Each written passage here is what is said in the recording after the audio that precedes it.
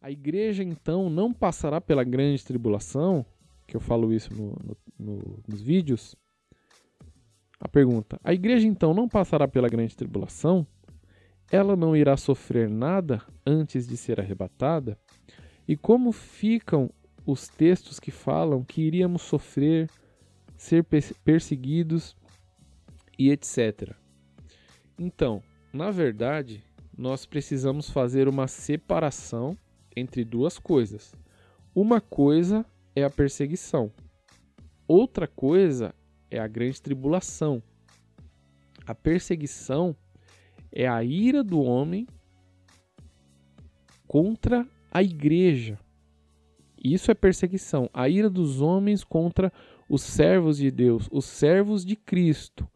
Agora, a grande tribulação é a ira de Deus contra os homens.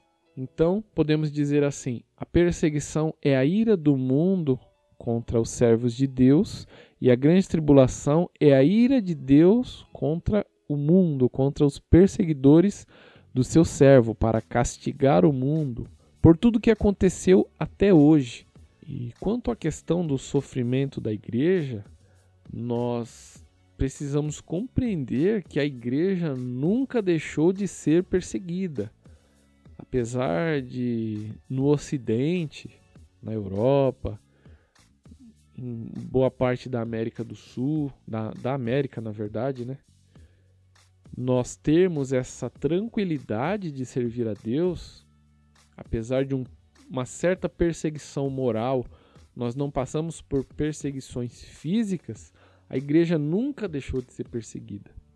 Desde os primeiros séculos nazarenas até os dias de hoje, nos países de cunho islâmico, o portal Portas Abertas diz que neste ano de 2021, aproximadamente 340 milhões de cristãos são perseguidos pelo mundo. Então, se esse número, 340 milhões, fosse colocados em um país, ele seria o terceiro maior país do mundo, ficando atrás apenas de China e Índia. Isso no sentido de população.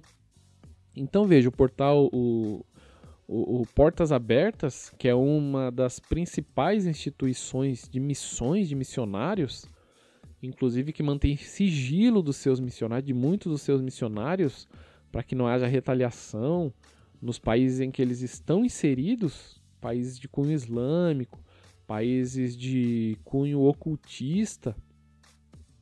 Ele vai trazer esse dado para nós. Então, a igreja é perseguida.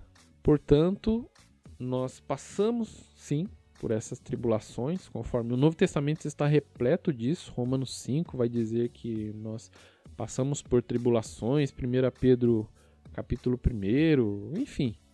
O Evangelho, ele nos diz, o próprio Jesus vai dizer, se perseguiram a mim, quanto mais a vós os perseguirão.